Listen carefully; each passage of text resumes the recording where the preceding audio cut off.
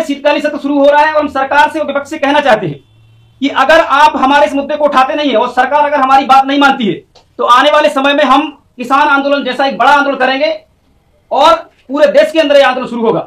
का मैं बताता हूँ, ये बहुत शर्म की बात है कि आज दिन तक प्रधानमंत्री ने विजिट नहीं किया। कुतिया भी मर जाती है तो उनका कंडोलेंस जाता है। दिल्ली ऊंचा सुन, मेरे पास आंकड़े हैं लेकिन बहुत समय लग जाएगा बताते हैं। इसमें जितने राष्ट्रपति सचिवालय से लेके और शंकराचार्य जी तक जितनी महत्वपूर्ण पद हैं उन सब में ओबीसी की हिस्सेदारी बताई गई है। कहीं 0% है, कहीं 1% है, कहीं 2% है और ज्यादातर में 0। अन्य पार्टी जितनी भी पार्टियां हैं अगर वाकई वो हमारे पक्ष में हैं तो हम जनवरी के फर्स्ट वीक में दिल्ली में सड़कें जाम करने वाले हैं और सभी राज्यों से हम राज्यों को लड़ाई लड़नी चाहिए थी अपने अधिकारों के लिए। उनको वही धर्म की घुट्टी पिला के एक हैं तो श्रेष्ठ हैं, एक हैं तो सुरक्षित हैं, एक हैं तो एक क्या है ये जनगणना के विषय पर इस प्रेस कॉन्फ्रेंस में चूंकि ओबीसी महासभा हमेशा से ही लीडिंग पोजीशन में जातीय जनगणना की मुख्य लड़ाई लड़ता हुआ आया है। मध्य प्रदेश की सरजमी से ओबीसी महासभा ने सर्वप्रथम जातीय जनगणना की लड़ाई चालू की थी, जो कि आज पूरे देश का अहम मुद्दा है और हर राजनीतिक दल जो है इस मुद्दे को लेकर चुनाव लड़ने की बात करता है, अपने मुख्य एजेंडे में इसको शामिल करने की बात करता है। इसलिए ओबीसी महासभा एक बार फिर आप सभी के माध्यम से जनता के बीच में इस मुद्दे को लेकर, चूंकि संसद सत्र आज से चालू हो रहा है, इसलिए इस मुद्दे को लेकर आपसे माध्यम से देश के तमाम उन लोगों से जो जातीय जनगणना चाहते हैं उनसे बात करना चाहती है। और आज के प्रेस कॉन्फ्रेंस में मुख्य रूप से मुख्य अतिथि के तौर पर हमारे आदरणीय देश के सबसे बड़े सामाजिक न्याय के उद्यज जो इस समय जातीय जनगणना एवं देश को बचाने की लड़ाई पहली पंक्ति में आकर खड़े होकर लड़ रहे हैं, श्री सतपाल मलिक साहब आज की इस प्रेस वार्ता में मुख्य रूप से मौजूद हैं। मैं चाहता हूं कि जो है हमारे इस प्रेस कॉन्फ्रेंस में जो हमारे ओबीसी महासभा के केंद्रीय पदाधिकारी हैं, मुख्य रूप से आदरणीय धर्मेंद्र सिंह कुशवाहा एडवोकेट साहब जो कि राष्ट्रीय कोर कमेटी सदस्य हैं, श्री महेंद्र सिंह लोधी साहब जो राष्ट्रीय कोर कमेटी सदस्य हैं, श्री वीर सिंह बघेल साहब जो दिल्ली प्रदेश के हमारे प्रदेश अध्यक्ष हैं, अस्मिता जी, हमारे सीताराम जी, तमाम हमारे शिव कुमार भैया। मैं ये चाहता हूं कि निवेदन करना चाहता हूं श्री महेंद्र सिंह लोधी साहब से और श्री धर्मेंद्र सिंह कुशवाहा साहब से कि वो सर्वप्रथम जो है मलिक साहब का इस प्रेस वार्ता में शॉल पहनाकर और बुके देकर स्वागत बंदन अभिनंदन करें।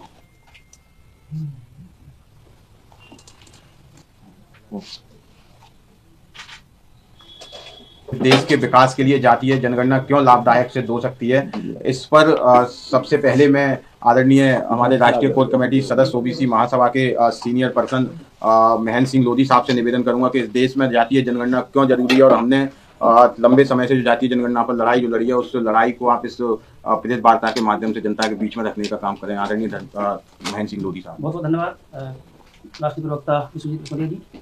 मैं महेंद्र सिंह लोधी ओबीसी महासभा राष्ट्रीय कोर कमेटी सदस्य मीडिया हमारे साथियों का बहुत बहुत स्वागत करता हूं। और आज बहुत ही महत्वपूर्ण मुद्दा जो जातीय जनगणना का है इस देश के अंदर, उस पर कुछ बात रखना चाह रहा हूं। जैसा कि आप सबको बताना चाहूँगा कि ओबीसी महासभा जो है वो एक गैर राजनीतिक संगठन है। इस संगठन ने लगातार 18 राज्यों में पैदल यात्रा करके हजारों ज्ञापन दे के और जनता को जगाने का प्रयास किया है कि जनगणना आखिर क्यों होना चाहिए। तो हम लोगों ने लगातार प्रयास किया है। इसी बीच में आपको कुछ मुद्दे ऐसे जो हमारी जनता को मालूम नहीं है, विभिन्न जाति समूह की सामाजिक आर्थिक शैक्षणिक स्थिति और आवश्यकताओं के बारे में सूचनाओं का सरकारी प्रमाणित दस्तावेज होगा अगर जनगणना होती है तो। जाति जनगणना से उन जाति समूह की पहचान होगी जो आजादी के बाद से केवल आज तक सचमुच से वंचित हैं, हक अधिकारों से, न्याय से वंचित हैं। जाति जनगणना से यह सटीक जानकारी प्राप्त होगी कि किसका कितना उत्थान हुआ है सरकार की योजना के द्वारा। जाति जनगणना से यह प्रमाणित सटीक जानकारी प्राप्त होगी कि कितनी हिस्सेदारी और भागीदारी वंचित पिछड़ों को मिली है। जाति जनगणना से प्रमाणित सटीक जानकारी प्राप्त हो सकेगी कि कितने प्रतिशत पिछड़ा वर्ग के लोग नौकरी करते हैं, व्यापार में है, ठेकेदारी में है, रोजगार में है, मीडिया में है, अन्य से में कितनी भागीदारी है। जाति जनगणना से प्राप्त कुछ आंकड़ों से पता चलेगा कि पिछड़ों का कितना विकास हुआ है। साथियों, इस देश के अंदर न्यायालय है, न्यायालय में ओबीसी की सिर्फ 0% लगभग 0.1% ही भागीदारी है। मीडिया में सिर्फ 3% भागीदारी है। व्यापार में अगर देखा जाए बड़ी बड़ी जो कंपनियां हैं, जो प्राइवेट सेक्टर चल रहा है, उसमें लगभग सिर्फ 3.5 या 4% हिस्सेदारी है। और आप देख रहे होंगे कि ये सारी जो हिस्सेदारी की हमारी जो बात है हम लगातार उठा रहे हैं कम से कम 12 साल से। और इस मुद्दे को दबाने के लिए जो सरकार प्रेजेंट में है, आज शीतकालीन सत्र है, आप सब जानते होंगे कि लगातार वक्फ बोर्ड का मुद्दा उठाया जा रहा, लेकिन सच्चाई यह है कि मुद्दा जाति जनगणना का उठना चाहिए था, जिससे कि पूरे भारतवर्ष में जो ओबीसी समाज रहता है, जैसा कि एससी और एसटी की संख्या के अनुपात में हिस्सेदारी मिलती है क्योंकि उनकी जनगणना होती है, तो पिछड़ा वर्ग को भी आर्टिकल 340 मिला हुआ है, जिसमें आयोग बनाया जाए और उनको जनगणना करा के उनकी संख्या के अनुपात में हिस्सेदारी दी जाए। लेकिन अभी तक तमाम सरकारें जितनी भी रही हैं, किसी ने भी इस विषय को उतना मजबूती से नहीं लिया। इसलिए शीतकालीन सत्र शुरू हो रहा है और हम सरकार से और विपक्ष से कहना चाहते हैं कि अगर आप हमारे इस मुद्दे को उठाते नहीं है और सरकार अगर हमारी बात नहीं मानती है, तो आने वाले समय में हम किसान आंदोलन जैसा एक बड़ा आंदोलन करेंगे और पूरे देश के अंदर यह आंदोलन शुरू होगा। साथियों, जाति जनगणना को रोकने के लिए कहीं बटेंगे कटेंगे का नारा, कहीं हिंदू मुस्लिम मंदिर मस्जिद का नारा, हिंदुस्तान पाकिस्तान के तमाम प्रकार की चीजें हथकंडे चलाए जा रहे हैं। अभी अभी कुछ ऐसे भी मुद्दे लेके आ रहे हैं कि उनका वक्फ बोर्ड है तो हमारा सनातन बोर्ड भी होना चाहिए, तमाम प्रकार की चीज चल रही है। लेकिन जाति जनगणना जब तक नहीं होगी तो पिछड़ों को हक कैसे मिलेगा?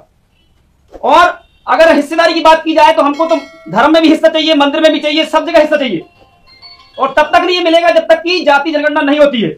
इसीलिए आज हमारे बीच में मंडल इस समय में काफी बड़ी भूमिका निभाने वाले आदरणीय सतपाल मलिक जी हैं और शरद यादव जी के साथी हैं। तो ये बताना चाहते हैं चैलेंज के साथ कि अगर मोदी सरकार हमारे इस विषय पर अभी शीतकालीन सत्र में मुद्दा नहीं लाती है तो आने वाले कम से कम 20 दिन के अंदर हम लोग किसान आंदोलन जैसा धरना शुरू कर देंगे। हमारी अभी पदयात्रा भी शुरू हो चुकी है बुंदेलखंड से, हम लोग 10 तारीख से दिसंबर में शुरू करने वाले हैं उसको, और दिल्ली की ओर लेके आने वाले हैं। और ये तमाम जितनी भी पार्टियां जो इस मुद्दे को उठा रही हैं उनसे निवेदन करूंगा कि बचकाने तरीके से ना उठाएं, अगर उठाना है तो वाकई उठाएं, चाहे कुछ भी करना पड़े, जैसा कि किसान आंदोलन में हुआ था उसी प्रकार से हमको इस आंदोलन को भी आगे बढ़ाना पड़ेगा। इतना ही मैं कहना चाहूंगा। धन्यवाद आदरणीय महेंद्र सिंह जी। ये जरूरी है कि संसद सत्र में जो है जातीय जनगणना का मुद्दा उठाया जाए, क्योंकि वो आधे से ज्यादा आबादी देश की ओबीसी वर्ग की है, इसलिए देश के विकास में ओबीसी की भागीदारी कैसे सुनिश्चित की जाए उस पर चर्चा होना जरूरी है। और आगे इस प्रेस वार्ता को बढ़ाते हुए मैं धर्मेंद्र सिंह कुशवाहा साहब से निवेदन करूंगा, उसके बाद हम मलिक साहब को सुनेंगे। आदरणीय धर्मेंद्र सिंह कुशवाहा साहब, अपने आप विचार कैसे हम इस आंदोलन को जनता के बीच में लेके जा रहे हैं, आप मैं सबसे पहले तो मीडिया के साथियों का ओबीसी महासभा की ओर से तहे दिल से स्वागत अभिनंदन करता हूं। देश के अंदर जिस प्रकार से पूरे देश के अंदर देश मांगे जाति का जनगणना, उस मुद्दे को, एक ज्वलंत मुद्दे को जिस प्रकार से ओबीसी महासभा ने 18 प्रदेशों में इस आंदोलन को चलाया, बड़ा दुर्भाग्य की बात है कि आजादी के समय 1931 में जाति की जनगणना कराई गई। उसके बाद यूपीए सरकार ने 2010 में अपनी जनगणना एक पंचायती ग्रामीण विभाग के द्वारा कराई गई। कहीं ना कहीं, चाहे पूर्व की सरकार हो चाहे वर्तमान की सरकार हो, कहीं ना कहीं पिछड़े वर्ग की हिस्सेदारी को लेकर, जिस प्रकार से आज जाति गणना को लेकर पूरे देश के अंदर एक माहौल क्रिएट किया जा रहा है, जहां जहां पूरे देश में जाति गणना के मुद्दे को उठाया जा रहा है, तो कहीं ना कहीं हमारे बीच में कहीं बीप को लेके आ जाते हैं, कहीं हिंदू पाकिस्तान को लेके आ जाते हैं, कहीं हमारे लब जिहाज की तरह ले आते हैं। आज जो पूरे मीडिया के अंदर, आज पूरे मीडिया में जो चल रहा है वो पूरी तरह से कहीं अडानी को और वक्फ बोर्ड को लेके आ गए। कहीं ना कहीं ये जो स्टेटमेंट दोनों दलों से दिखाई दे रहा है, ये हमारा मुद्दा पूरी तरह से माइंड को डाइवर्ट करने का पूरी तरह से किया जा रहा है। हम लगातार इस बात को पहले भी उठा चुके हैं कि देश के अंदर आधे से ज्यादा आबादी हमारी है, हर दूसरा आदमी ओबीसी है, लेकिन हमारी हिस्सेदारी सुनिश्चित क्यों नहीं है? हम ये नहीं कहते, हम सबकी चाहते हैं। इस देश के अंदर जब 140 करोड़ हमारे देश की आबादी है, हम चाहते हैं वो 140 करोड़ एक प्रत्येक व्यक्ति का जो हिस्सा है वो सामाजिक तौर पर मिले, आर्थिक रूप में मिले, राजनीतिक तौर पर मिले और शैक्षणिक रूप से मिले। हम ये चाहते हैं और ये लड़ाई हमारी ओबीसी महासभा की लगातार इस बात के लिए रही है। लेकिन क्या कारण है कि डिपार्टमेंटों में हमारी हिस्सेदारी नहीं है? हम लगातार, चाहे मैं पेशे से वकील हूं, मैंने खुद देखा कि न्यायालयों में हमारी हिस्सेदारी नहीं है, हमारे जज नहीं है, हमारे सुप्रीम कोर्ट में जज नहीं है, हमारे हाई कोर्ट में जज नहीं है। ये बड़ा दुर्भाग्य की बात है। जब इस देश के अंदर हमारी आधे से ज्यादा आबादी होने के बाद आज हमारा कुछ नहीं है, ये कहीं ना कहीं हमारे साथ जितने भी जो दल है वो हमारे साथ छलावा किया। ये लगातार जिस टाइम पर मंडल लेके आए थे, मंडल का आंदोलन चला था, उस समय कमंडल लेके आ गए। आज पूरी तरह से हिंदू पाकिस्तान और मुस्लिम पाकिस्तान इस टाइप से जो किया जा रहा है, ये कहीं ना कहीं धोखा इस वर्ग के साथ हो रहा है।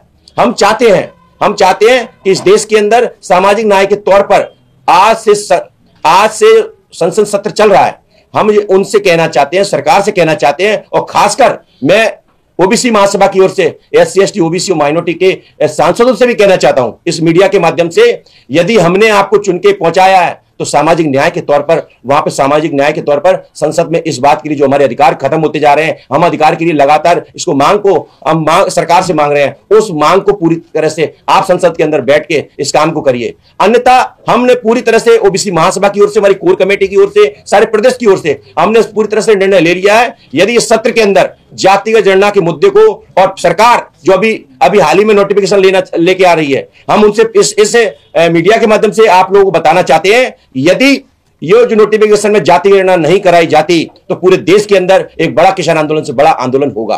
और दूसरी बात यह भी कहना चाहते हैं, जो हमारे पिछड़े वर्ग के सांसद बैठे हुए हैं और हमारे SC ST ओबीसी के सांसद बैठे हुए हैं राज्यसभा और लोकसभा में, यदि इस काम को इस सत्र के अंदर नहीं कराया जाता तो ओबीसी महासभा हर जगह पर जहां जहां उनका निवास रहता है वहां पर आंदोलन करेगी और उनका बहिष्कार करेगी। आने वाले समय में आप लोगों से भी मेरा मीडिया के माध्यम से विनम्र निवेदन है, जिस प्रकार से हम लोगों ने इस देश के अंदर, हमने कील से लेके हवाई जहाज तक बनाया, और इस देश के अंदर आज दिनांक तक हमारी हिस्सेदारी नहीं है। हम चाहते हैं आप एक चौथा स्तंभ में सामाजिक न्याय के तौर पर आप लोगों ने जितना हमारी बात को सरकार तक पहुंचाया, उस प्रकार से आज भी हमारे बीच में आप लोग इस काम को करेंगे। और आप हमारे बीच में सबसे बड़ी खुशी की बात है, हमारे गुरु शरद यादव जी मंडल जनक और गुरु के साथी और जो मंडल जनक, हम इनको भी, हमारे जो पूजनीय आए हुए हैं मलिक साहब, हम उनका तहे दिल से स्वागत करते हैं कि पूरे देश के अंदर जातिगत जनगणना, सामाजिक न्याय और किसान आंदोलन में जिस प्रकार मुखर पूरी तरह से संविधान बचाने के लिए काम किया था, हमारी आवाज बनने ओबीसी महासभा की ओर से आए हुए, हम उनका तहे दिल से स्वागत अभिनंदन करते हैं। धन्यवाद, बहुत बहुत धन्यवाद धर्मेंद्र जी।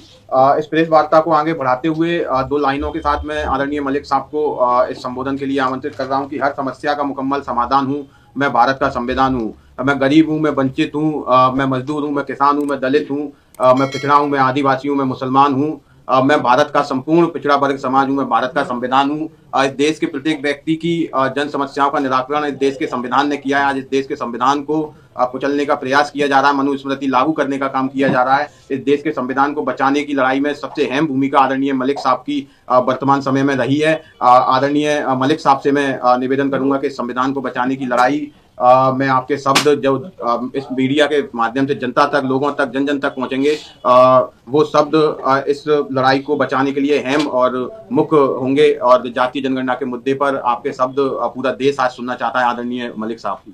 पदाधिकारीगण और पत्रकार मित्रों, ये जो आज का मुद्दा है, ये खास तौर से जो देश में परिस्थिति है उसमें बहुत जरूरी हो गया।